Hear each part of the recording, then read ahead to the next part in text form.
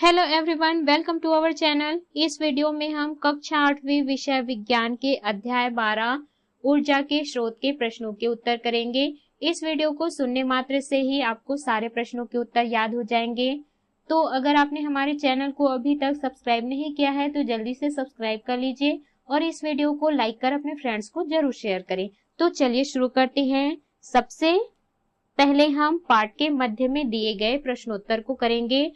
में इनके उत्तर दीजिए। में सबसे पहला प्रश्न है, बांधों में विद्युत ऊर्जा कैसे उत्पन्न की जाती है? इसका उत्तर है, बांधों में जल को एकत्रित किया जाता है, जहां एकत्रित जल को तेजी से बहाया जाता है, जिससे जल मार्ग में लगी टरबाइनें घूमने लगती है।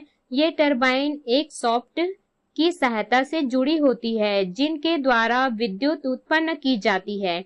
छत्तीसगढ़ में जल विद्युत उत्पादन हेतु हसदेव बांगो तथा गंगरेल बांध परियोजना क्रियाशील हैं। अगला है प्रश्न दूसरा, ज्वारीय ऊर्जा से आप क्या समझते हैं? इसका उत्तर है, खाड़ी के मुहानों पर बांध बनाया जाता है।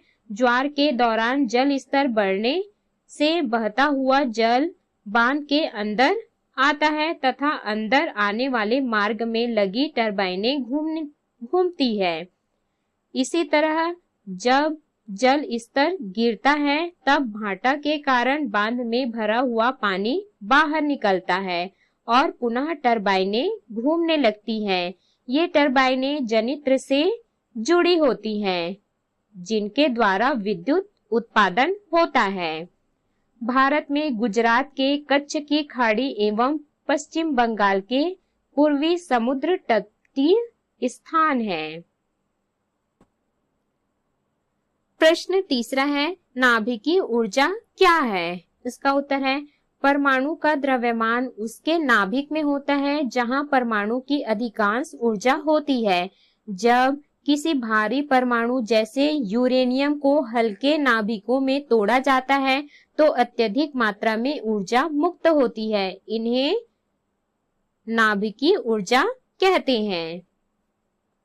प्रश्न चौथा है, ताप विद्युत गृह में विद्युत उत्पन्न करने के लिए किस पदार्थ का उपयोग किया जाता है? इसका उत्तर है, ताप विद्युत गृह में विद्युत उत्पन्न करने के लिए कोयले का उपयोग किया जाता है।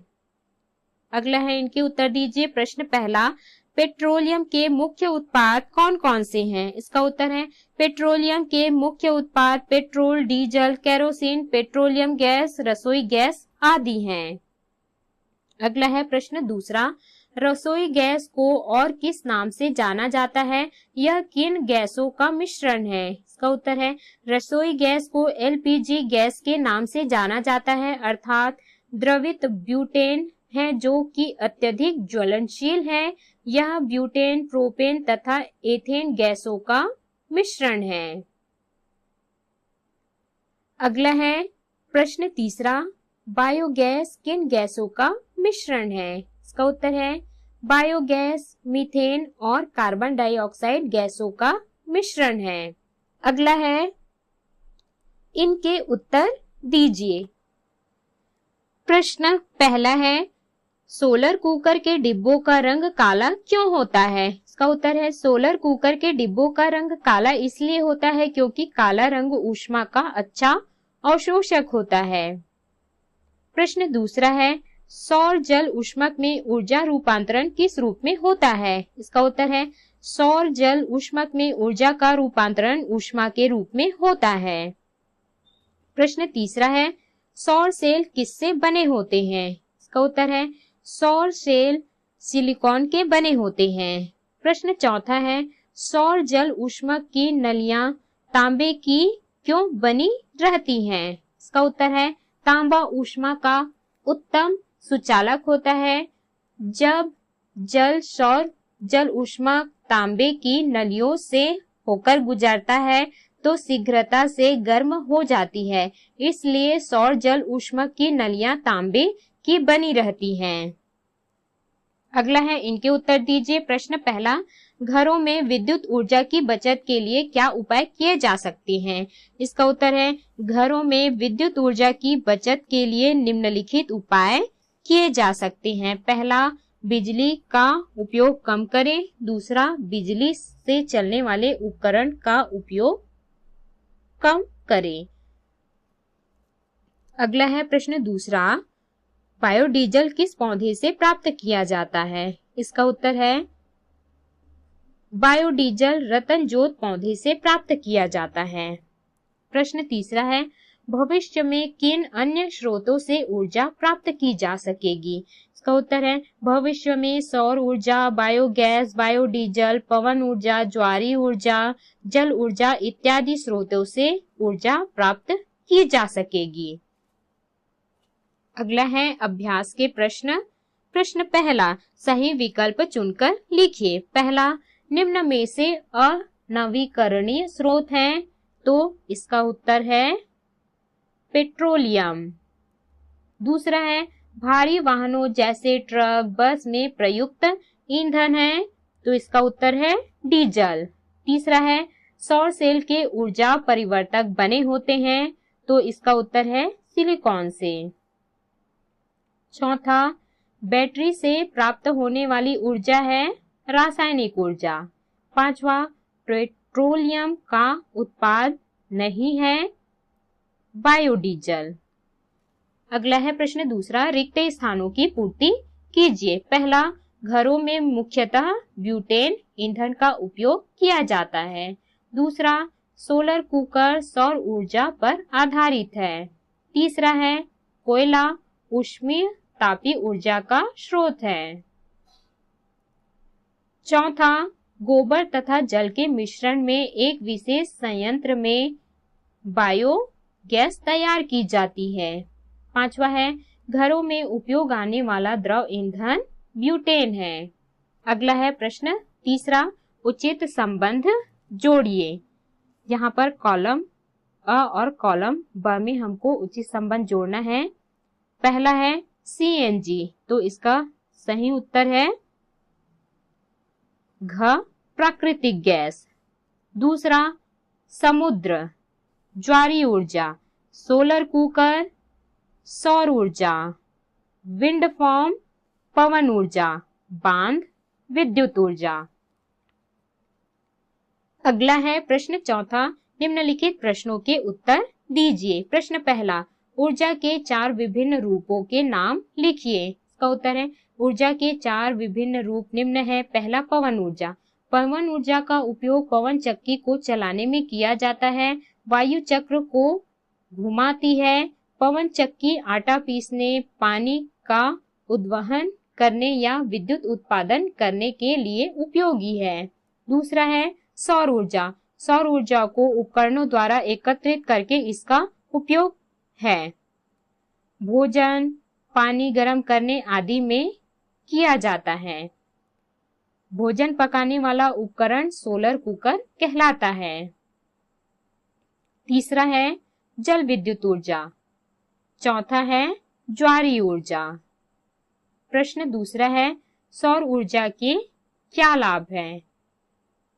दैनिक जीवन में इसके उपयोग के 2 उदाहरण दीजिए। इसका उत्तर है, सूर्य से प्राप्त ऊर्जा में किसी वस्तु को ऊर्जा ऊष्मा प्रदान करने की क्षमता होती है। सूर्य की यह ऊर्जा जो प्रकाश और ऊष्मा के रूप में प्राप्त होती है, सौर ऊर्जा कहलाता है। सौर ऊर्जा के निम्नलिखित लाभ हैं। पहला, सोलर कुकर के रूप में खाना पकाने में किया जाता है। दूसरा, सौर बैटरी के रूप में सूर्य से प्राप्त ऊर्जा को विद्युत ऊर्जा के रूप में संग्रहित किया जाता है, जिससे वाहन एवं मशीनें चलाई जाती हैं। प्रश्न चौथा है, पेट्रोलियम से प्राप्त होने वाले विभिन्न उत्पादों के नाम लिखिए। इसका उत्तर है, पेट्रोलियम को जमीन के अंदर से पंपों के द्वारा निकाला जाता है। इससे हमें विभिन्न उत्पाद पेट्रोल, डीजल, केरोसिन आदि प्राप्त होते हैं। प्रश्न पांचवा है, बायोगैस क्या है? इसके उत्पादन की प्रक्रिया लिखिए। इसका उत्तर है, गोबर, वनस्पति एवं मृत जीव जंतुओं अर्थात जैविक अपशिष्टों के सड़ने से जो गैसीय ईंधन तैयार होता है उसे बायोगैस कहते हैं। इसके उत्तर में आपको इस प्रकार से बायोगैस संयंत्र का चित्र बनाना है। बायोगैस प्राप्त करने के लिए सर्वप्रथम गोबर को पानी के साथ घोल बनाकर विशेष प्रकार से निर्मित कर गड्ढे में डाला जाता है।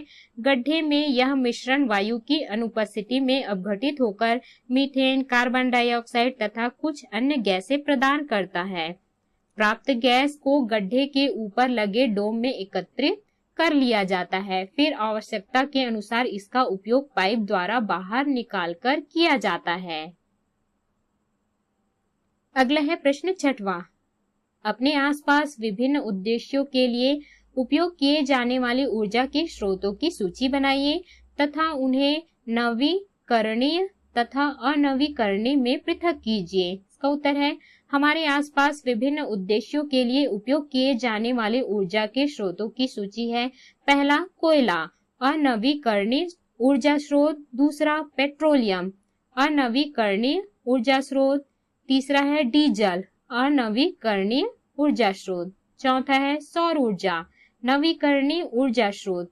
पांचवा है जल विद्युत ऊर्जा, नवीकरणीय ऊर्जा स्रोत। छठवां एलपीजी, नवीकरणीय ऊर्जा स्रोत। सातवां पवन ऊर्जा, नवीकरणीय ऊर्जा स्रोत। प्रश्न 7 है एलपीजी में मुख्य रूप से कौन कौन सी गैसें पाई जाती हैं? इसका उत्तर है एलपीजी में मुख्य रूप से ब्यूटेन के अलावा प्रोपेन तथा इथेन गैसें पाई जाती हैं। अगला है प्रश्न 8वां।